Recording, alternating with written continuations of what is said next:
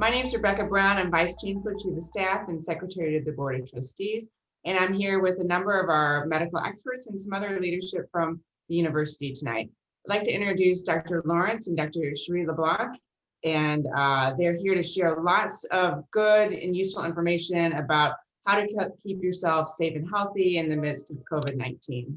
Dr. Lawrence is an associate professor of medicine in the Division of Infectious Diseases at the School of Medicine and assistant dean for curriculum and clinical sciences in the Office of Medical Student Education. And Dr. LeBlanc is executive director of Habit Health and Wellness Center on the Danforth campus and an assistant professor in the Department of Medicine. I know everyone will be joining me in thanking them for making time to participate in this town hall, and thank you for joining and helping us keep our university community healthy. We're going to take the next 30 minutes or so to answer live questions and pre-submitted questions that you've all sent in. You can type questions tonight into the Q&A box here on Zoom, and we'll try the best we can to answer those right in live action here. We've got a few people behind the scenes that are also on call to answer as well as the questions in writing, and we're going to answer them right online for you here too. I'm going to take a minute before we start, as always, to let Drs. Lawrence and LeBlanc give us some updates on what they're seeing happening with COVID-19 in the St. Louis region and right here on our campus. Dr. Lawrence, can you give us a quick update about what's happening here in St. Louis? Yeah, sure. Well, COVID-19 is still here, as we all know. It has changed a little bit since our last conversations, but what we're seeing is the backside of a second surge or peak of activity, the first one being in April, the second one that started in July, lasted for a couple of months with high levels of transmission, particularly in young adults and adolescents. But thankfully with a much lower hospitalization rate than what we saw back in the spring. We think on the other side of that second surge, although frustratingly, it hasn't dropped off to very low levels of transmission. We're somewhere around what we would call moderate transmission within the St. Louis region. And it seems to be slowly drifting downwards. Based on the two measures that we follow very closely, which are the number of cases per 100,000 population, and then the percentage of diagnostic tests that are positive. Both of those are showing very slow, steady improvement over the last few weeks. Thanks so much, Dr. Lawrence. Dr. LeBlanc, what's happening here on campus? Hi, everyone.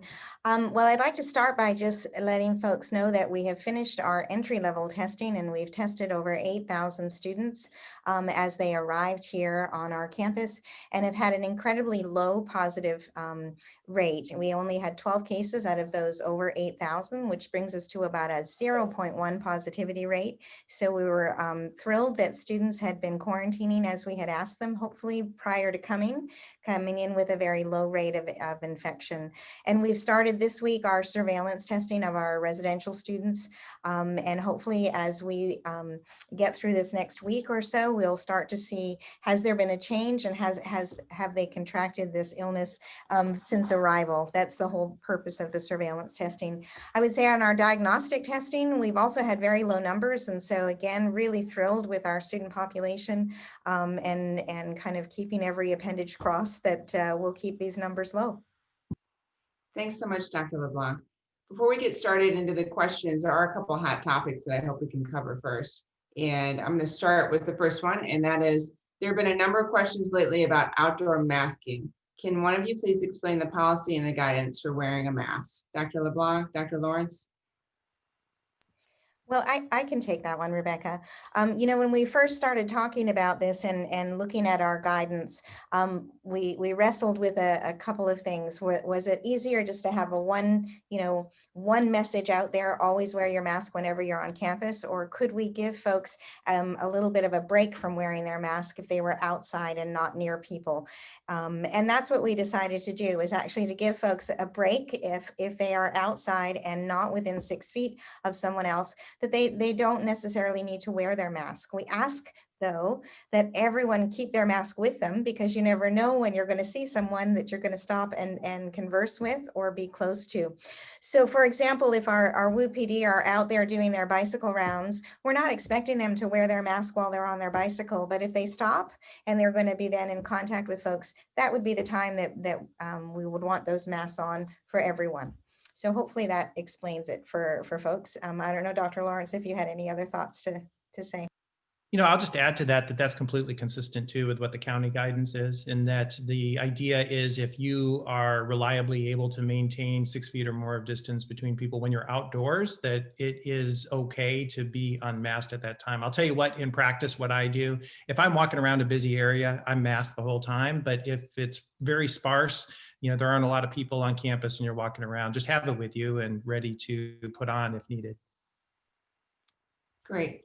The next hot topic deals with testing, and Dr. LeBlanc, you covered this a bit in the introduction, but we've also heard from a few people wanting to know the difference between surveillance testing and diagnostic testing. Can you go into a little bit more detail there? Sure. So our diagnostic testing is we utilize a diagnostic test when we are looking for the disease. So if someone is having symptoms, or we know that they've had a very close contact and we're looking for a evidence of exposure, we would be using that kind of a test. So we're looking for the disease itself on an individual basis.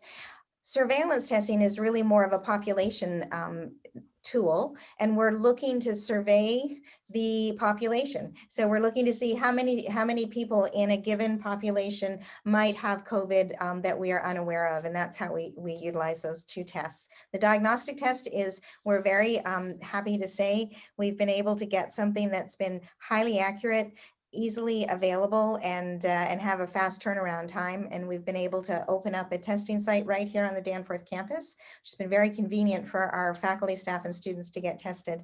And then our surveillance test is also a very highly accurate test, which has come out of our medical school partners, and it is being utilized taking saliva as the sample. Great, thanks, Dr. LeBlanc. The last hot topic has to do with the holidays, and Dr. Lawrence, maybe you can help us with this one. As the holidays are approaching, we know a lot of people are also beginning to think about traveling to see family, or expecting to have visitors coming in from out of town. What are the health considerations we all should be keeping in mind? Yeah, when travel is certainly on everybody's mind coming up, first off, because of the holidays, and two, just because we've all been cooped up and just sick of being, in one place and not interacting with other people. When we think about travel as a whole, though, it's, I think, important to break this up into a few different parcels of where the risk is entailed. One of them is the destination that you're going. Is there a higher risk of transmission at the destination compared to St. Louis? And for every destination, it's not that appreciably different. So your statistical risk of bumping into somebody with COVID-19 outside of St. Louis in most parts of this country are about the same as it is here in St. Louis. So that's not a huge issue at the moment. It could change over time, and it will, but at the moment, that's not a huge issue. The other one is how you get there. So the mode of transportation is important. And there is some risk with public transportation, although the risks are not huge. Some certainly may have heard the recent publications that just came out in the last week that were showing some transmission on airplanes. Certainly a possibility, although doesn't seem to be widespread, seems to be in circumstances where the people who spread it were not masked at the time. So there is some increased risk of in public transportation, but it's not huge. And there are things that we can do to prevent and lower the risk. Primarily, bring a mask with you, make sure you're masked at all times, avoid long line, or avoid being in close proximity to people in lines, such as when you're boarding a plane or boarding some public transportation, at baggage claim, things like this. Just make sure you've got distance between people. Bring hand sanitizer with you so you can use that frequently, and make sure you're using that before you ever touch your nose, your eyes, your mouth. And try to, if you are doing public transportation, to try to make sure that you are on a mode of transportation that they are enforcing mask mandates. And if you happen to be next to somebody or near someone who is not masked, maybe they say they have medical reasons for it, see if you can be reseated, because it does seem to be the risk on airplanes, for example, the highest risk is really within 1 or 2 rows, above, forward and behind and off to the sides. But the third area of travel to consider, and this actually is the most important, more important, because you can pretty much make travel fairly safe. Destination's not a huge deal, but what you do when you're there. And so it's the same as here. If you are masking and distancing and not hanging out indoors with people that you don't live with unmasked, your risk of transmission is very low. And it's really, though, if the travel includes getting together with a whole bunch of people you haven't seen for a long time, whether it's family or friends, spending a lot of time unmasked indoors, that's what increases the risk. So that's the most important variable of risk around the travel season. Great, Dr. Lawrence, great things to keep in mind. Dr. LeBlanc, the next question has to do with contact tracing. Can you tell us how WashU is coordinating with state and local authorities on contact tracing? Have local authorities been in touch with any students since the semester began? Sure, we have a very close relationship with both the city and county departments of health. We meet with them regularly. We have a good line of communication between us and each of those departments of health. COVID-19, of course, is a reportable disease. So our labs are obligated to send the results of any of our faculty, staff, and student to their local Department of Health with those results. But the way we have it set up here is that it is our staff at HABIF and a group of folks we've been lucky enough to hire on as contact tracers to work with our local community. We do all of that contact tracing, quarantining, isolating our community, but we let each of the departments of health know about who we're dealing with. And vice versa. They also are able then to make sure that we're aware of students that have that they have come into contact with. And yes, both departments of health have been in contact with students, faculty, and staff. That's their job. And we're just really happy that we've been able to have such a good, close working relationship. And that is what is giving me hope that we're able to contain this not only on our campus, but in our surrounding community. Great. The next one, and Dr. LeBlanc, maybe you can help us with this one as well. How many students and staff have tested positive for COVID have required hospitalization? Yeah, we just had one student early on in August that did require several days of hospitalization. Happy to say that that student has fully recovered.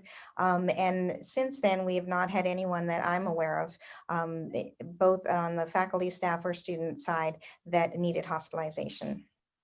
That's great news. The next question has to do with some things that you might do when you return from class. And Dr. Lawrence, maybe you can help us with this one. Do you need to wipe down books and/or book bags after returning from a day of in-person class? You know, in most instances, that wouldn't be necessary. The likelihood of there being contamination of one of your belongings that you bring to a space that is fairly regularly cleaned and then you take it back, you know, these are very low risk types of scenarios. I suppose it could be higher risk if you happen to, you know, be hanging out with somebody who took their mask off and sneezed on your backpack, but, you know, that is an unlikely scenario. So it's very similar actually to the kinds of conversations we had back in March and April about whether or not we need to wipe down all of our groceries in the grocery store. And to be honest, I mean, I, like many other people, also were like, I'm not sure. And so we just did for a little while because we weren't really sure the likelihood of transmission by surface contamination. And over time, what we've learned is that the risk of that in those types of settings is extremely low and not something that we would need to routinely do unless there was some sort of extenuating circumstances where we thought the risk would be higher, like more direct contamination with saliva or something like that. Dr. Lawrence, the next question also is in regard to testing. Why is there a reluctance to test more frequently? Our peer institutions, including Cornell, Duke, Northeastern, et cetera, are able to test twice per week Several universities that do high frequency surveillance testing have credited the testing with allowing them to identify cases early and limit the spread. Yeah, so first off, I wouldn't say reluctance per se. I think we are an institution that tries to be data-driven and evidence-based. And as we are learning more and more about the ways to safely open a university setting, our mitigation measures are multifold. And one part, an important part, but by far not the only part, is our testing strategy. And we go back, why do we test? Our testing strategy is, and the reasons for testing at all, really revolve around a couple of different factors. One of them, as Dr. LeBlanc had mentioned, the diagnostic testing. It's critically important that we identify people who are sick with disease for two reasons. One, they need to be treated. They need to get care. People need to be watching out for and taking care of those people. Secondly, individuals, they're the most likely to transmit and spread to other people, because even though we know that 40% roughly of people, depending on the age group, may have asymptomatic infection, we also know that asymptomatic people who are less likely than a symptomatic person to spread to others. And so the symptomatic individuals are more likely to, that we need to identify also for public health purposes. The second strategy that we've already finished, wrapped up the entry phase testing. This is an idea to give for, again, two reasons. One, to quickly identify imported cases of COVID-19 into our community, and to be able to identify them quickly, and to be able to isolate and start the semester in a situation where there's very little disease activity and we can get a jump start on things. And then there's the third component, which is their surveillance testing, which has been the most fraught with questions and concerns about how it should be done. And the truth is that there is nobody that there are no data to be able to say, this is the right frequency to do this. It doesn't exist. Schools who are, saying this is a great thing to do, they've had some success doing that. And then other schools too have had some success where there's less frequency and sometimes even not doing surveillance testing at all. The purpose of it, though, is to be able to have a system in place to be able to more quickly identify some asymptomatic infections, to be able to identify and squash clusters before they get to be large events. And at the moment, with our current strategy, we watch very carefully. And if there is evidence of transmission that we're not able to trace where those people are being infected, why those clusters are happening, then there may be a need to expand either the frequency or the depth of testing. So particularly in situations where we have a concern that there might be an outbreak and a larger outbreak that's occurring in a particular, say, dormitory floor or something like this, a contained area where we think there might have been an event where there was a super spreader event that may have led to a lot of infections. In those instances, we do very tried and true traditional epidemiologic interventions of identifying contacts, and those that are higher risk in those situations, we would do additional testing for.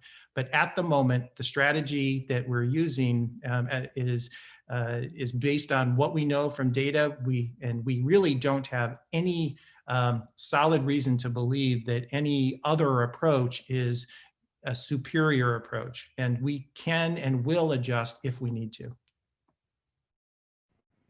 Great, thanks, Dr. LeBlanc. Or thanks, Dr. Lawrence. Dr. LeBlanc, the next one's a bit of a hypothetical. So the question is, one of my relatives started showing symptoms of the virus recently. Therefore, they were both tested. He came back as positive, but she was negative and has no symptoms thus far. How can that be, living in the same household? Well, it can be, because for a couple of reasons. One, it's not 100% transmissible, that people who are positive, there really are real variations on how infectious they are. The other thing is the test could be wrong. That is a possibility. But I would say that I'm you know, I'm happy with the accuracy of most of our tests, and I'll let Dr. Lawrence speak to this as well. But I do think it is very possible. Just because you're in close contact doesn't mean you will 100% be infected. And that's like that for every infectious disease, that not everybody who is contacted is going to be infected. In fact, most of the studies, even in households, only show, well, I say only, it's still a lot, but somewhere between 18 to 45% of household contacts become infected. And it depends, people who have closer, so spouses generally are more likely to transmit to each other than say, adolescent kids and their parents, because, adolescent kids and parents don't spend that much time together in most instances, but it really depends on how the specifics of the details. And even still, even with spouses, it's only about 50% that end up infected. Interestingly, as a little bit of an aside, indulge my digression here for a moment, but it's interesting that some people there might be a little bit of cross protection from people who had prior infections with some of the seasonal mild coronaviruses that cause colds in the past. There's a little bit of evidence that suggests that some people might have inherently a little bit of partial protection that would reduce their chance of becoming ill if they are exposed. Great. So this continues the hypothetical a bit. If a household member tests positive, are other household members required to live elsewhere during the 10-day quarantine of the positive test person in order to come to work on campus, assuming they test negative? That gets a little complicated with the this and that and the secondary contact of a contact. But here's the thing. So if a household member of somebody on campus and you live with them and that person is positive, and you are considered a contact by the contact tracing that Dr. LeBlanc's contact tracers do. If you're considered a contact, you must be quarantined. And if, however, you are wanting to, and nothing you do will accelerate that quarantine period. And if you live with somebody, unfortunately, the quarantine period doesn't even start until they finish their period of infectivity or isolation. So sometimes it could be up to 24 days. But what happens, though, is that if you are just talking about reducing the risk of becoming infected from a household contact, there are some things that can be done. And the CDC has a great description of the things that you can do for home self-isolation to reduce the risk of infection from household contacts. Great. So to further muddy the waters here a bit, is the fever the only indication of continued contagion after 10 days? The likelihood of having continued ability to transmit to others after 10 days is mostly dependent on how severe of illness there was to start with, and if an individual is immune compromised. In those situations, the shedding of virus goes on for a longer period of time, and you're contagious for a longer period of time. In rare instances, milder disease, ones who don't require hospitalization, may still have some fever. And if there are other significant symptoms, and this is a bit of a judgment call, then there is a judgment call made that the isolation period could be extended beyond 10 days. But in practice, that rarely ever happens for those who aren't so sick that they require hospitalization. So here's a question from our live Q&A, and this is open to either one of you. Sounds like all the news is very positive. Can you tell us what things are concerning you right now? I guess for me, what concerns me is whether or not our students are all coming to see us and let us know that they're ill, if that's the case, or at least utilize our services. If, I've been reading in some of our peer institutions that they have noticed that students really are very reluctant to talk to the health center because they don't want to get tested, they don't want to have to isolate, they don't want their friends to have to quarantine. So that worries me a little, that perhaps we don't know the extent of the disease in our community. But I'm hopeful that our students are utilizing us as we hope they are. And the fact that we're really in close contact with our department departments of public health also is reassuring to me in that we're getting a pretty broad outlook. But I guess that would be my concern. I'm not sure what you have, Dr. Lawrence. Well, I would say the biggest thing right now is that we have gotten off to a better than expected start. And I would, one, congratulate and also say this is a great thing and everybody's done a great job. And let's not let our guard down, because we can use this as an opportunity to get off on the right foot, which we have, and be able to sail through this semester and make it through the semester and without major operational shutdown and classes closing. And that's my hope. I wouldn't necessarily say it's a fear, because I have confidence in our students and our faculty and staff.